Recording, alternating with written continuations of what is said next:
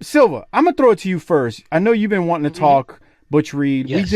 I did a short Butch Reed on this week's show that passed because I was with Doc, and I really didn't want to do nothing long because I knew we were eventually going to do this live stream. So I kind of just said a few things about, looking up to him when I was a kid, and I hated him as a heel, but loved him even more when he was a babyface, that type of thing.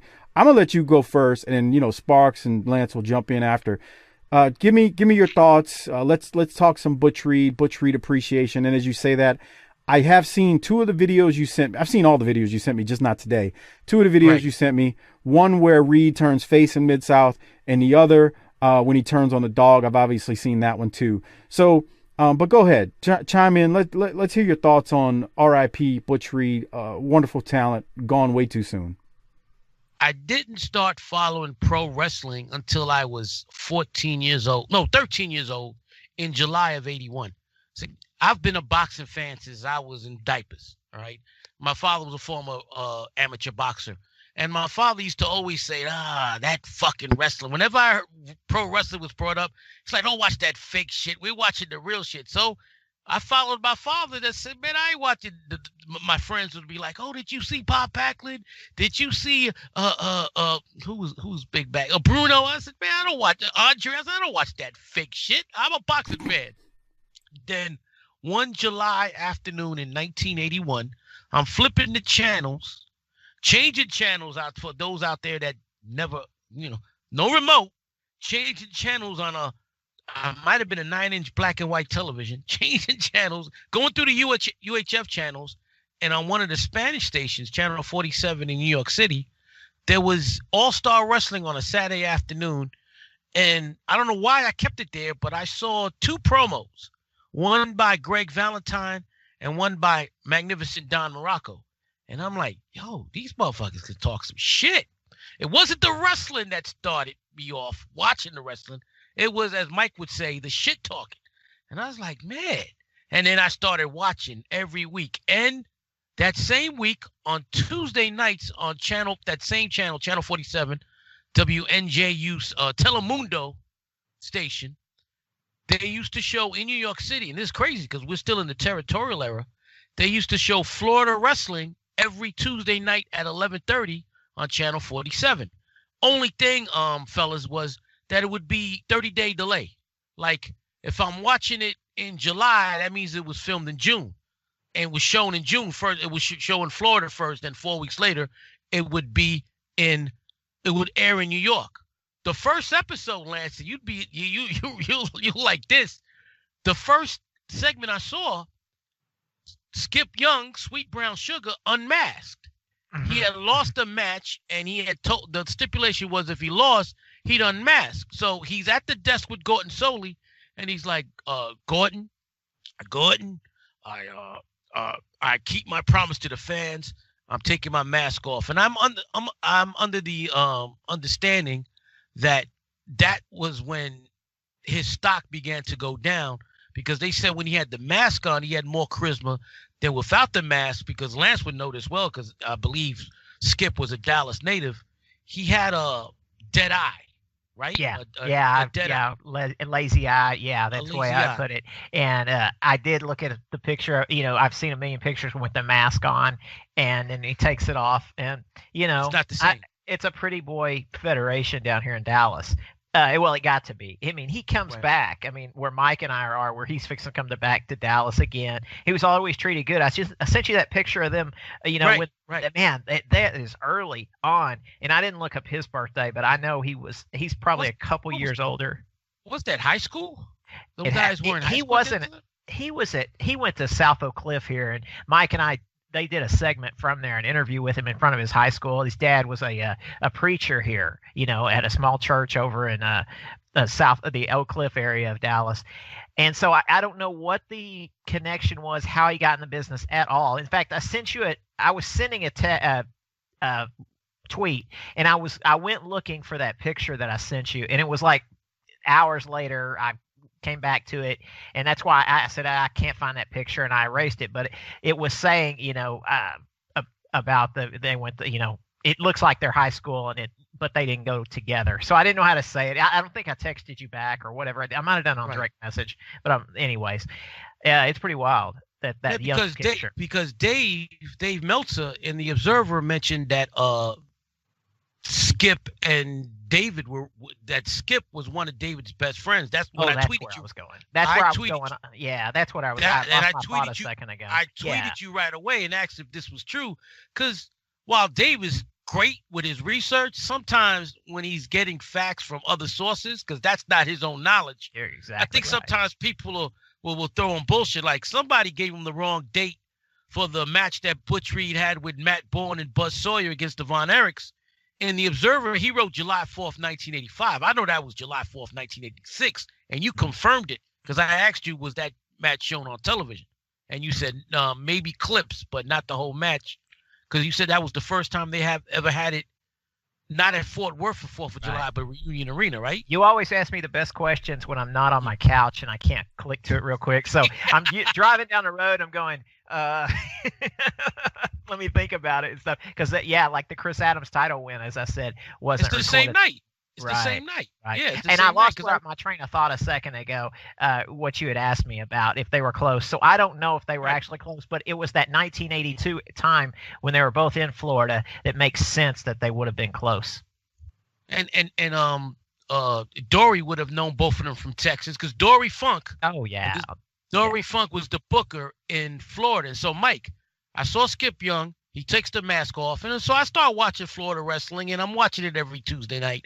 Then, on an April night, and this was first shown in Florida in March, and I sent you guys the match. The show starts with Gordon, so in the middle of a match between Hacksaw Butch Reed and Ric Flair for the NWA World Title. I'm like, oh shit, they're showing a title match on television? WWF never does this. What the hell? And I had never seen Butch before. And this was a tremendous match. It goes to a 30-minute time limit. Since it's a television match, it's a 30-minute time limit on TV. It goes 30 minutes. And you know the old angle. Flair picks up the microphone and he goes, no, I want 5 more minutes. No way this guy goes 30 minutes with me. And they go 2 more minutes. And Butch Reed, on a flying body press, I believe, pins Ric Flair. And the place goes bonkers. And I'm like, he's like fucking 12:15 in the morning. And I'm thinking, wow, I saw a title change on television. But no, since it was overtime, this is how to get around it. It didn't count because it was after the time limit. So Flair grabs the title and he leaves. He leaves. But then that sets up a huge feud. And then a few weeks later, the only time I've ever seen Kerry as a heel, Mike, and I asked Lance about this too.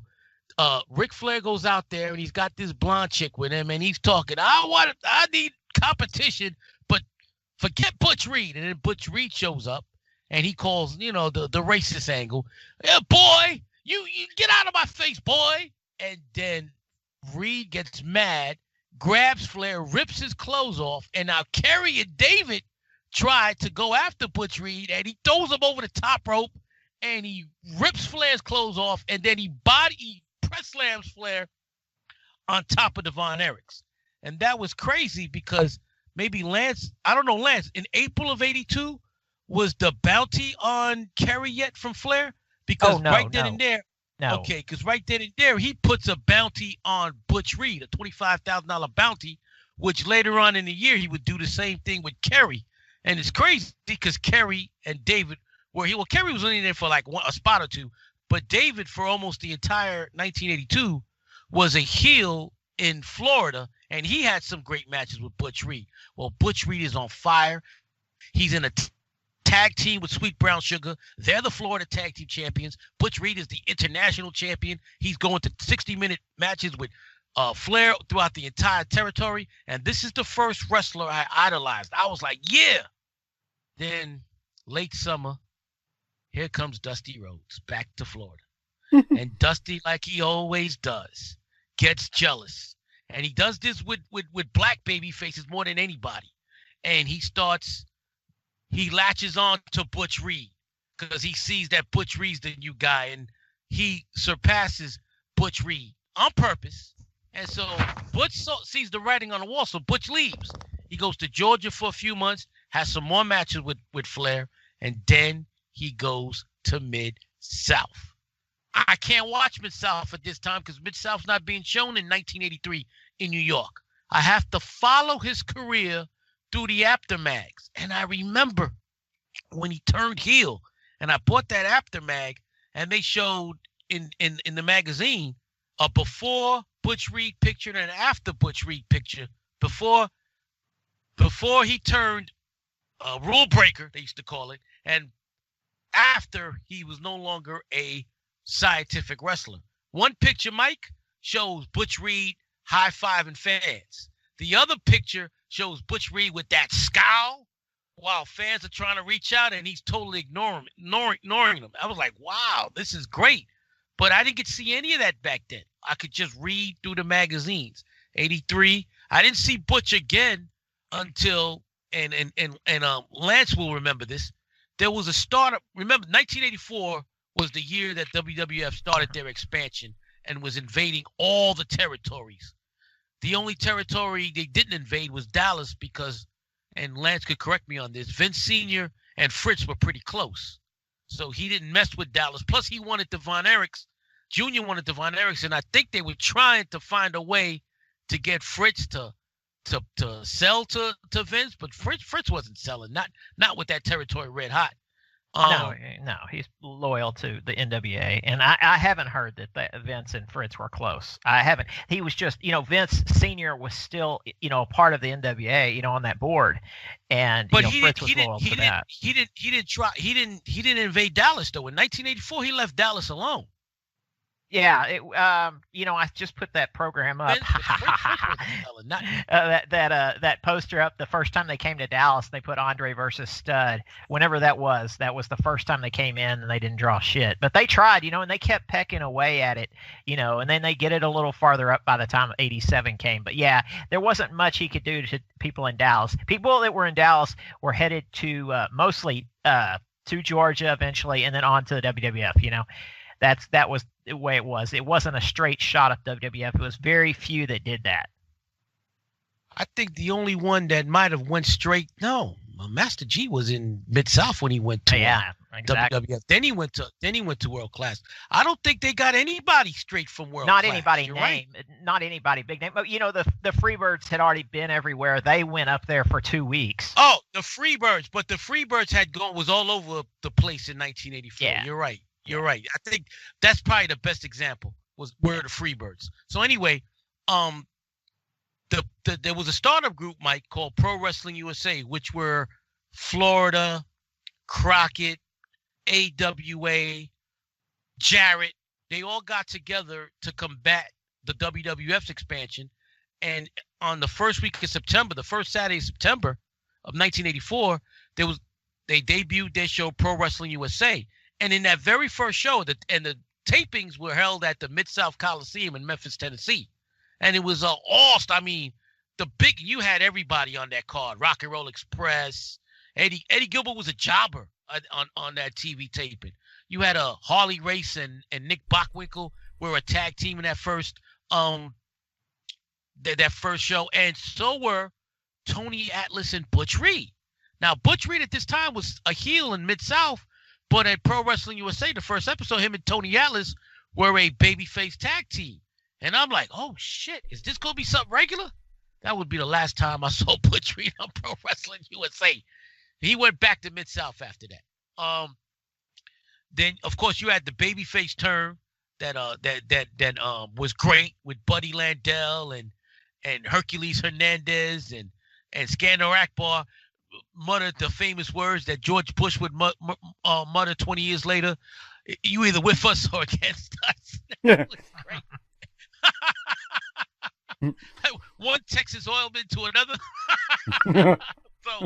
So that was a great babyface turn, but I didn't see any of that back then.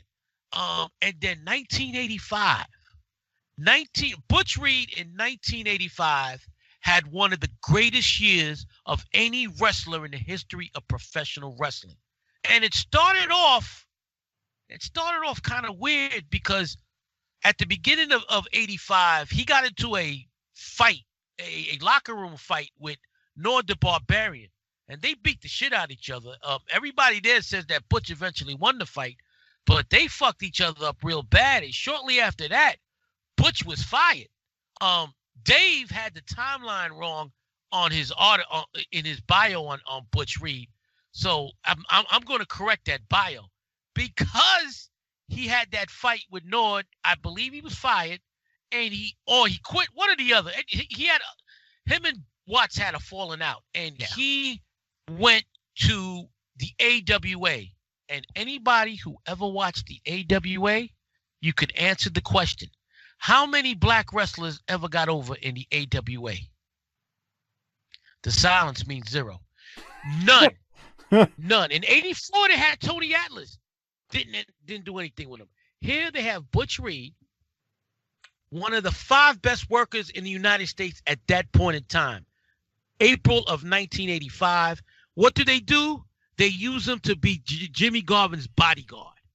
So Jimmy Garvin is feuding with Rick Martel over the AWA title, and I'm watching because we had in New York, that same Pro Wrestling USA in 1985 basically was predominantly an AWA show. It was rare that you saw an NWA wrestler come on the show. And I saw Butch Reed for a few weeks. I was like, all right, but they got him as bodyguard for Jimmy Garvin.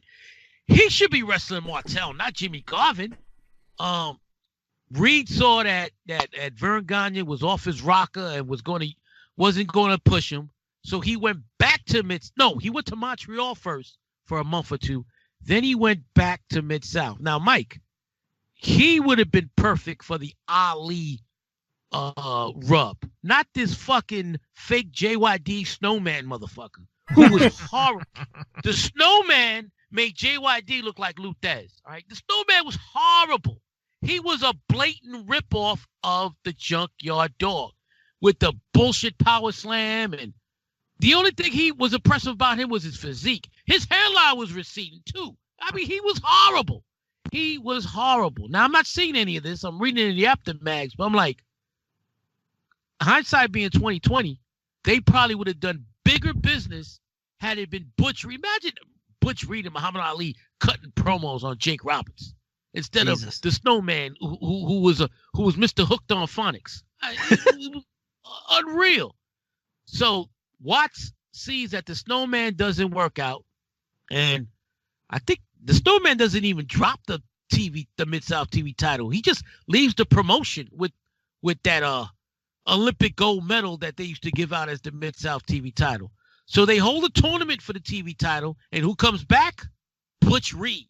He replaces the snowman, and from the beginning of July to the end of the year, Butch Reed is on fire. He has incredible matches with Dutch Mantel.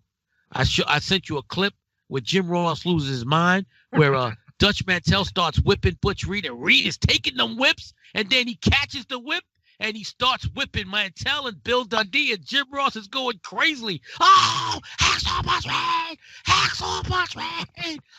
That was great. That was great. Like he's walking tall. He's walking tall. After Dutch, he feuds with not really a feud. He has a face feud with Dick Murdoch, where he eventually beats Murdoch in I believe it was a 45 to 50 minute match at the I've been there several times. The Municipal Auditorium in New Orleans. And when he beats Murdoch, he leaves the ring, and the black fans in the audience, they're coming up to him, they're patting him on the back, and it looks like that Mid-South has finally found that face. And then in August of 85, he loses to Flair in like 45 minutes at the Superdome, which was the last decent crowd they ever had at the Superdome. So Reed is on fire. Then he has a great TV match that you guys love that I sent to you against Ted DiBiase. That was a great match. That was a clinic right there. And then after that, he has an incredible feud. He has another match with Ric Flair on TV where he pins Flair, and then Dick Slater comes in and they stuff pile drive him. And then he has that incredible feud with Dick Slater and Buzz Sawyer. Did you guys see the dog collar match I sent you between Reed and Sawyer? I didn't watch it today, Silva, but I've seen it before. That match was incredible. Fuck this Cody Rhodes versus R.I.P. Brody Lee. This was a dog collar match, man. They beat the hell out of each other, and Buzz goes over because, of course, they cheated with Dick Slater. And then finally, the feud with Dick Slater and Dark Journey, and the very last match he has in the territory, January 1st, 1986, he loses to Dick Slater in a match where if he won, Dark Journey would be his property, I think, for 30 days. And Mike, in that match, Dark Journey has on this red dress, and she looks so fucking delicious, man. I mean, she looked incredible. I knew it eventually come to that. I knew it. I don't know how she fit that red dress on. That red dress showed all her curves. That shit was painted on. Oh man. So after that, and I heard this for years, and it was true. His wife got tired of him getting high and not being home, and Butch, being the man down there, was banging broads left and right. And I think in New Orleans, the rumor was, oh my God, with the population. Not just that. I grew up in that city. The population of African American women, he was slamming everything, I'm sure. I don't know that for a fact, but he was popular. Conjecture is 99% correct. Yes. So his wife called Watts and said, I want my husband out of there. And so he had another falling out with Watts, and he went back home, and he was so bad in with his wife, he was on the outs with his wife, that he went to the toilet bowl of professional wrestling territories, the Kansas City area. And now Bob Geigel, I don't know what he was smoking. He has Butch Reed, this incredible talent, as a mid-card wrestler, teaming up with Rufus R. Jones for the first few months. And Reed really doesn't get a major push until he turns on Rufus, and he starts teaming. He starts teaming with his new manager, Slick, who I didn't know until a year ago was Rufus R. Jones' son in real life. I didn't know that till about a year ago, that Rufus R. Jones' son was Slick. They kept it quiet for years. He loses a loser leave town match to Brody. Why? Because in September of '86, he goes to the WWF. Now, at this point in time, I'm living in New Orleans. Oh, I forgot to mention this, Mike. The reason I applied to go to Loyola University was during that massive run in 1985. I'm like, if I go to New Orleans, I get to see Butch Reed every week, every month. I get to go watch UWF on television and go to the arenas and see. So, I got accepted to New Orleans. At the same time, Butch Reed went back to Kansas City.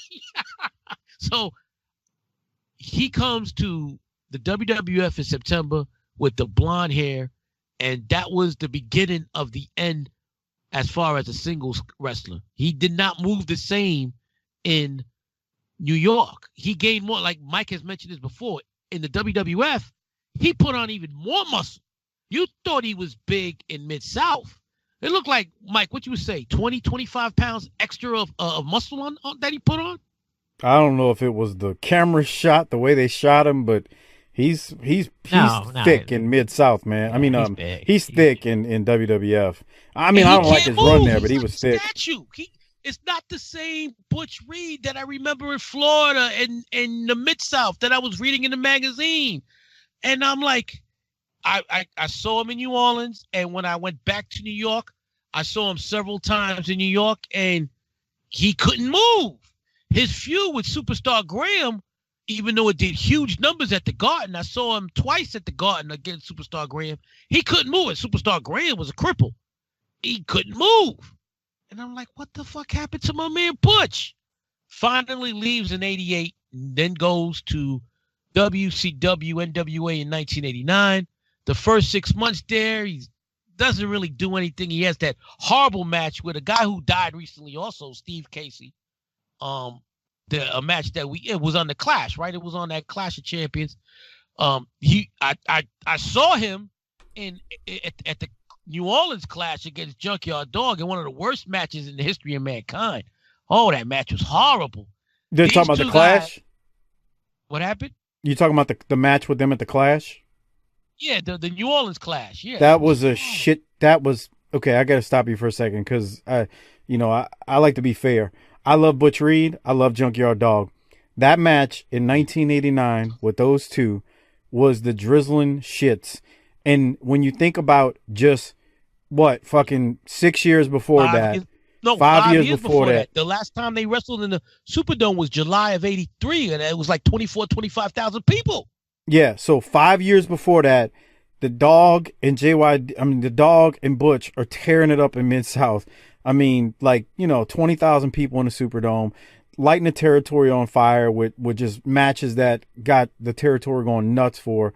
And then, as a Mid-South fan, y'all listen to it. Oh, I'm sure you listened to it by now. It was months ago where we did the review. I was like, you're watching those two in that same building. Now, there were 5,000 people there, but, 4,000 giveaways, as we've talked about. But at the same time, you watch that match, and it was like, this is a shit show compared to what, and I don't even say compared. It was just done. It was over. There was neither of them. First off, there was no build up, but you figure in that building, people would be like, oh yeah, it's a Dog and Butch Reed. Nobody cared. It was just, I mean, I cared, but most people were like, eh. I cared. And the dude I was with cared, but everybody was like, going to the bathroom, going to the concession stand, waiting for this shit to end. And only 5 years later. Only 5 years later. That's the thing. Only 5 years later. Mm-hmm. But go ahead. And I didn't know Mike Sparks and Lance. I just found out the other day that Butch told a friend of his that he considered Junkyard Dog one of his best friends when he was alive. And they were tight. And they would talk all the time. I didn't know that. No, I didn't know that. Yeah, they probably did lines together. Anyway, back to what I was saying. Hey, man, we keep it real. I mean, look, our heroes ain't perfect. So after that shit show, finally, and Mike is up to it. I won't go much into it. I'll end my thing here. Praise Mike. You have to praise Mike because he's keeping Butch Reed's legacy alive with the Mid-South show.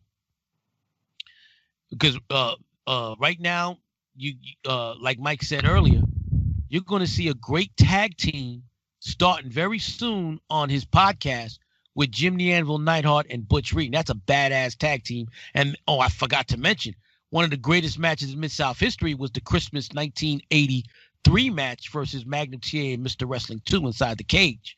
You be ready to hear all about that. Watch that on the network.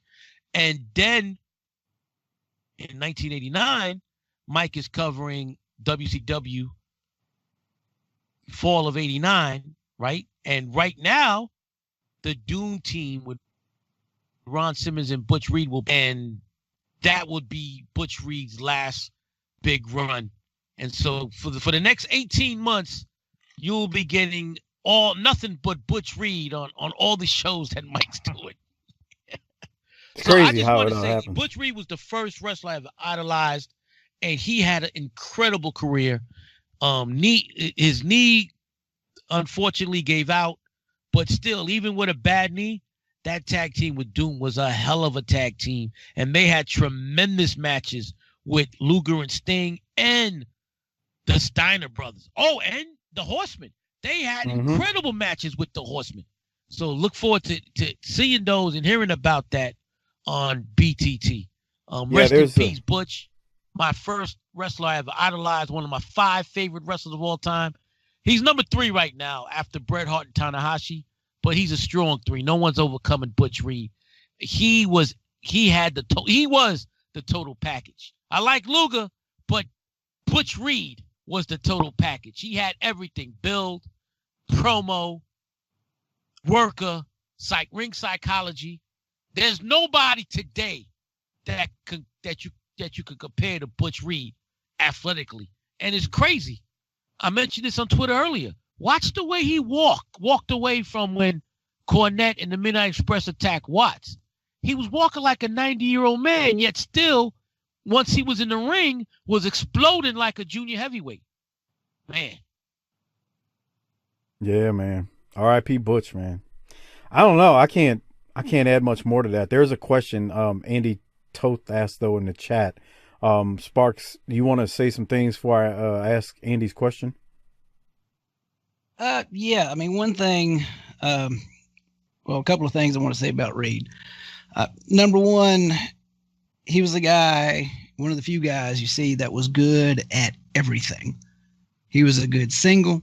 He was a good tag team. I mean, he started off, they brought him into Mid-South to be the Dog's partner, they could have his back and trust. Years later, he's doing it on the heel side with Amble Neidhart. Good on the mic. He's good in the ring. I mean, just there was nothing you could ask him to do that he couldn't do.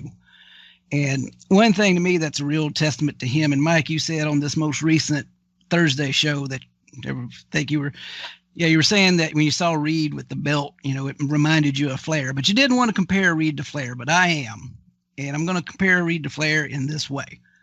And Silva mentioned a little bit earlier that, they had the side-by-side pictures of him as a face and him as a heel. The one he's high-fiving the fans, the other one he's just kind of scowling at people. But aside from who he's working against, whether he's cheating or not, and how he's interacting with the fans, Butch Reed was Butch Reed, whether he was a heel or a face. Just like Flair, same guy, basically cutting the same promos on either side. And Reed was able to pull that same thing off just by being Butch Reed. And he could work it both ways. And that's just a real testament to his talent. Yeah, I agree. I didn't want to compare. Look, you compare him to Flair. You should see my inbox if I would have did that. That's why I don't. That's why I kind of halt myself sometimes, just because I just don't feel like seeing the backlash. But when I say he reminded me of Flair, if you go watch him on some of those promos where he's with Watts and he's got the belt, especially the first one where he had the belt, he's got the sunglasses on, he's got the suit on. He looks like a champion.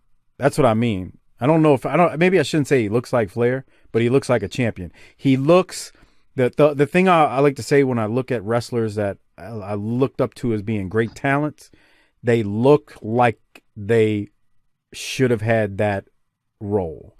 And that's what I meant by Butch. You'd see him with the belt. You're like, he looks like a champion. Ric Flair obviously looked like a champion. I mean, so when you see these guys that have the belt, you go, oh yeah, that guy looks like a champion. That's kind of where I was going with that comment. But I agree with you. Sparks, anything else before I turn it over to Lance? Nah, have at it, Lance. All right, SMU. At the end of '82 is when I started watching, and I got World Class. We didn't get it, Mid-South here, but we got TBS. So immediately, I'm on TBS watching at the end of '82, and that's luckily when Hacksaw came through, and he's looking huge. So immediately, he's my second favorite. I know I told Robert the other day, if you asked me, it was Kerry followed by Butch Reed back then and stuff, because he was so huge, and it was right before the Road Warriors came in, and they were huge, and so it was I followed him through the magazines because we'd get Mid-South for a couple of months and it'd go away and stuff. So it was kind of hit and miss what we got to see, especially we didn't see JYD versus Hacksaw. It was just magazines, just like Robert.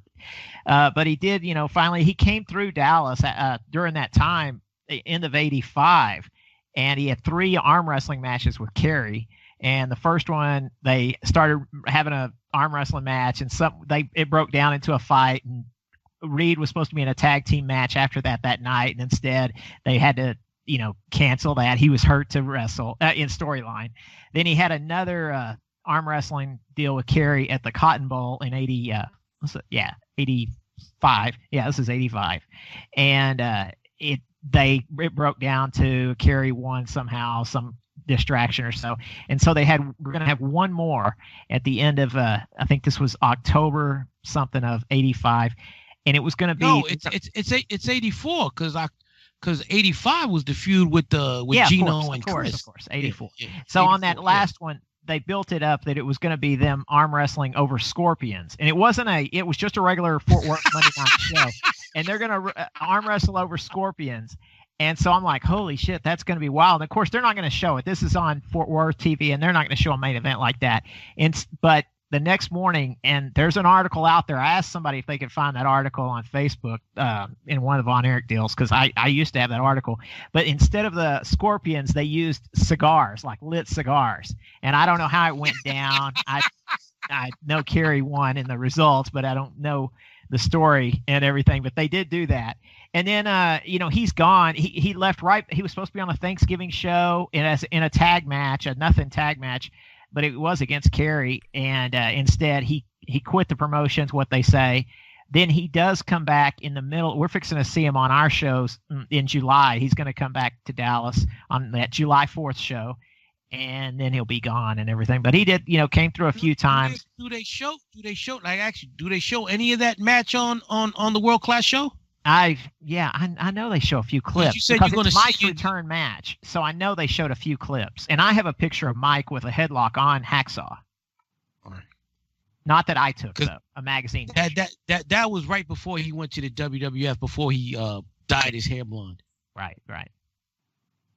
And that's about it, So, yeah, I've always liked him. The magazines help so much. They brought those guys to life, even though we never, you would never see them, We'll talk about that in 1983, because if it wasn't for the Aftermags in 1983, I would have known none of this. I followed all the territories in 1983 through the Aftermags, and then years later when I start tape trading and I start watching it, I'm like, motherfucker, Bill Apter had this shit down pat. This shit just as good as they said it was in the magazine.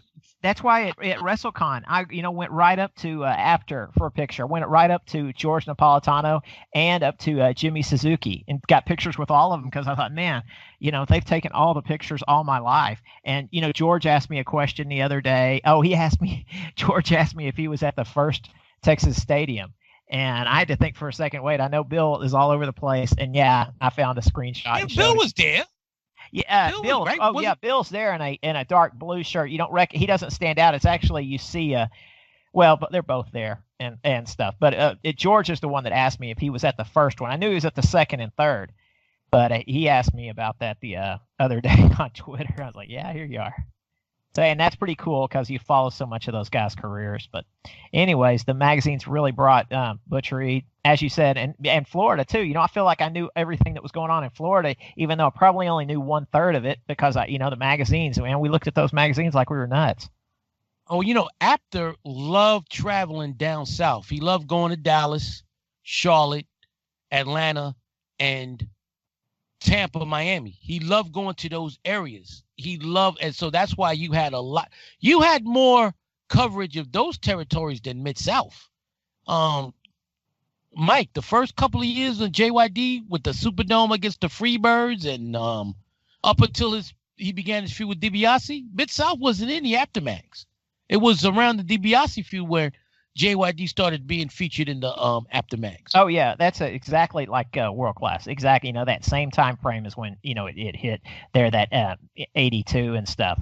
You're kind of 82, 81, end of 81, right? It probably 82 when Kerry started feuding with Flair, right? It would probably had to have been 82. Yeah, otherwise it was a lot of features on David. David would get the press. But the other two and the company wouldn't get as much. And they did a lot of they covered his whole run in Florida. I mean, every month in the Aftermags is like the evil influence Funk has over Von Erich. Oh, I was going to say one thing on the Florida. There is the tape that's out there that you can buy, because I bought it 100 years ago when we bought VCR tapes from people. Where it's Kerry versus Skip Young. It's the end of this program, and it goes off the air. But you see Kerry wrestling as a heel for Wow, on Florida television. Yeah, that's out there. You can it's probably on YouTube if you look right now. Kerry is a heel in Florida. There's an interview with him It's probably around that same time where Butch rips off Flair's clothes, because Kerry doesn't come back to Florida after that. Yeah, I don't believe. Right, I think it's probably the same episode, because I had that episode for years when they came out, and it was just a really bad copy I had.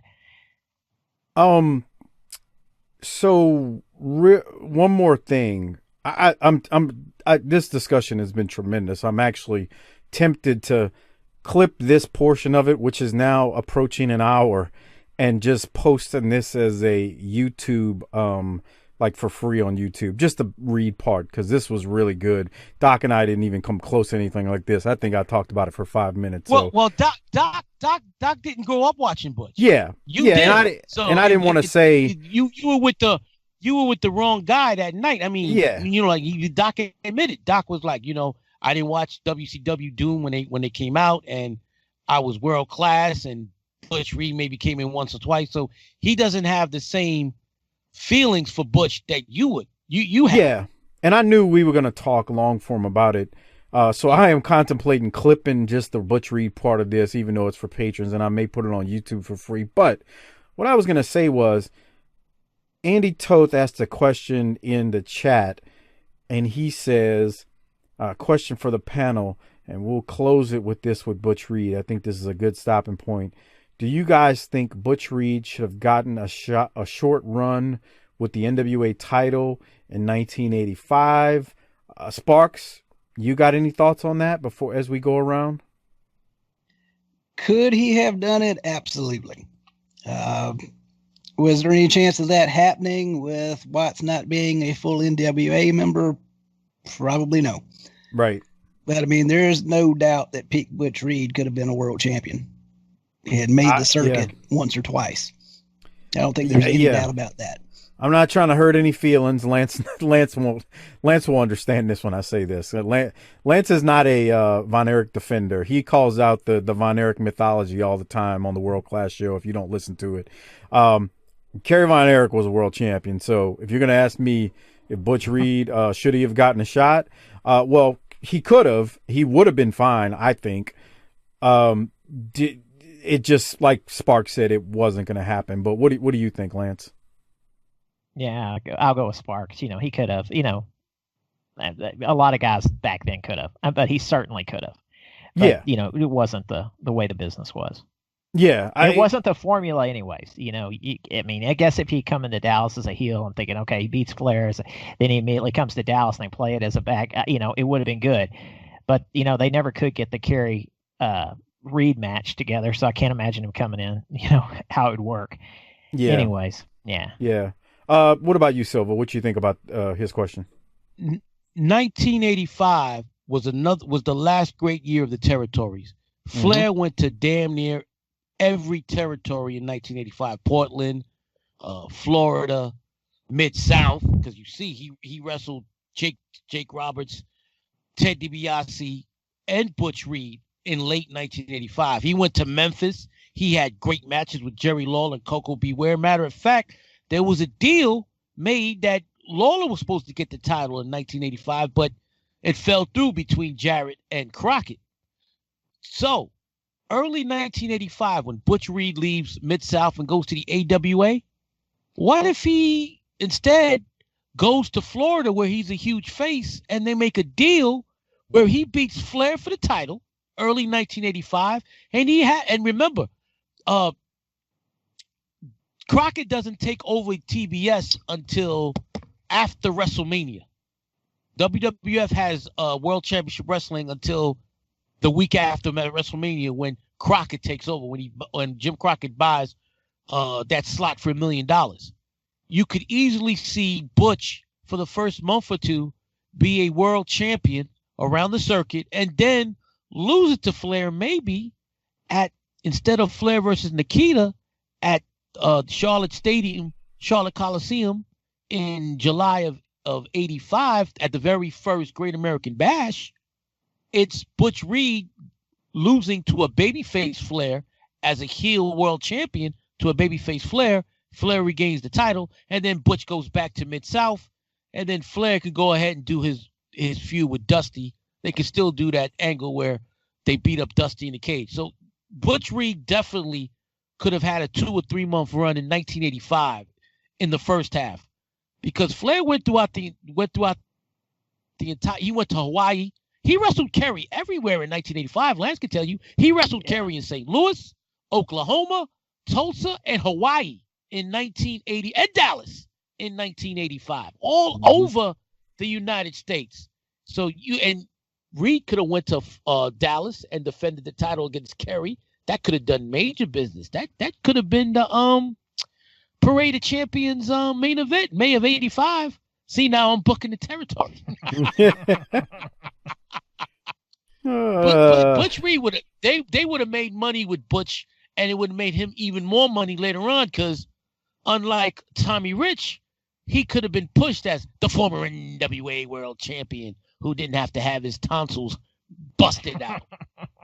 So yeah, definitely Butch could have easily been a world champion, and it would have been great. And for those out there, it's on YouTube. Coco Beware versus Ric Flair, November 1985, Memphis Coliseum. An incredible match.